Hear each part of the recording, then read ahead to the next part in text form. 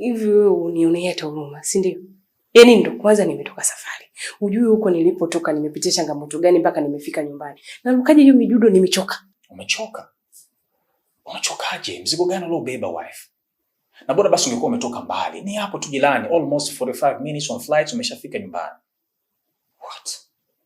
Alafu sikiliza, usinichanganye kabisa. Mpaka nazungumza nawe hapa huwezi kunielewa mimi nikoje kichwani. Kichwa changu hakiko sawa, vitu vimeshapanda kichwani. Kwa ili tusikorofishane, choma ndani. Sasa unaongea kwa sauti ili wewe dada asikie au ili madu nizalilishe. Unashindwa kuongea taratibu. Na ukitaka asikie atasikia vizuri tu na wala simuogope kwa sababu nipo kwangu. Choma ndani.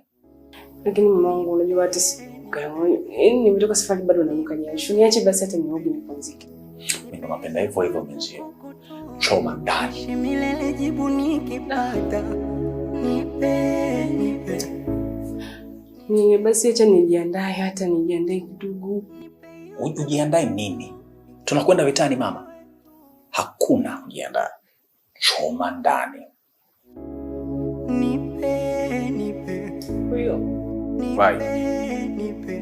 Ndani. Nipe hesabu ya kukukutia. Tuishi milele jibu nikipata.